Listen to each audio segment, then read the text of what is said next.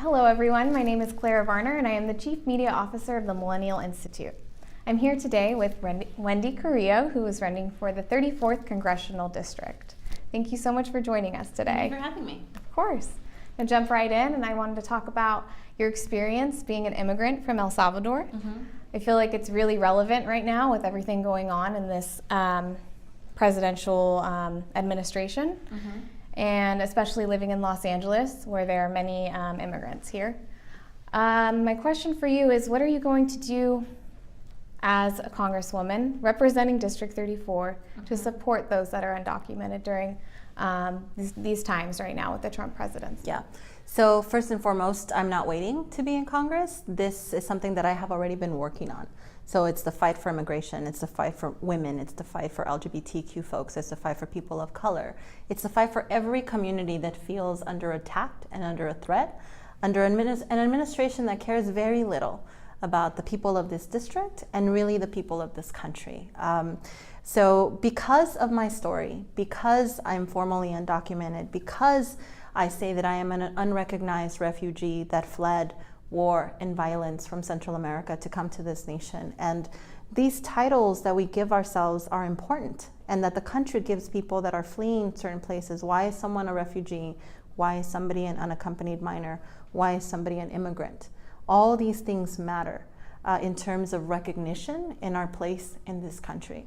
And because of this story that I have shared for the first time when I launched my campaign, this is something very traumatic, it's very real, it's very personal. And that because of this moment in our nation's history, I felt that it was important to share. And I was not going to wait around for somebody to step up and be a leader for the immigrants' rights movement or for all these movements that I mentioned. And that it's because of my particular story that we've gotten the attention of the alt-right and the former Grand Wizard of the KKK. I've been harassed. My team, we've had to have meetings about safety, because we've gotten the attention of people that refuse to believe that we are worthy and that we are even human beings. And that is the difference of this election. This is not about policy and legislation. This is about the soul of our country and who we are as people and who we are as Americans. And how do we take our country back from a normalized movement of hate and bigotry and misogyny and racism? That is the moment in which we are right now. And that is something that I've been fighting even before I launched my campaign, and I'm the only candidate that has actually had to fight against that establishment since we launched. So this isn't just about Trump and the Republicans. This is about something much bigger. I guess I just wanted to ask, specifically about millennials. We're a millennial organization, and our goal is to increase voter turnout and inform millennials and get people actively engaged in the process and pumped up. What would you have to say to our viewers and millennials in general to get pumped up for this campaign, for this election, and to show up to the polls?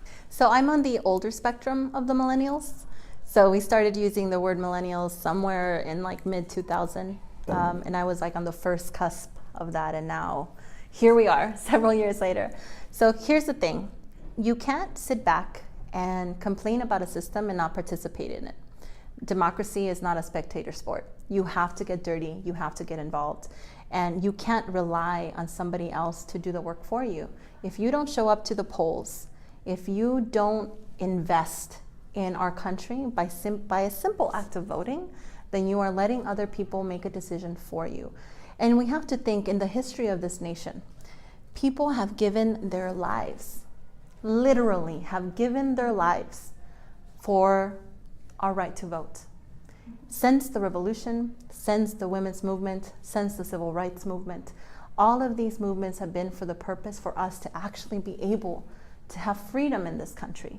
We go to war in different nations around the world in a fight for democracy and a fight for freedom, and yet we don't recognize it and acknowledge it, that we have it right here.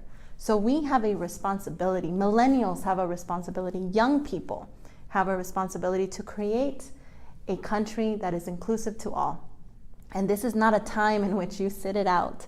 This is not a moment in which you give up. If you're feeling frustrated, if you're feeling angry, if you're feeling like desperate. If you're a young person and you want to go to college and you can't afford it, there aren't any loans and there aren't any Pell Grants and there aren't any scholarships to help you, there is a reason why that is. But what are you doing to change it? It's frustrating. It's not easy. Change doesn't happen overnight, but it doesn't happen by not doing anything either. And there's something very different between being a person that shares on social media and likes certain things and like believes in a movement, but then doesn't show up to the polls. That is how we create change on a local, state, and national level. Definitely. Thank you so much for joining us today. Wendy Carrillo, running for the 34th Congressional District. Everyone show up to the polls. Thank you very much. Thank you.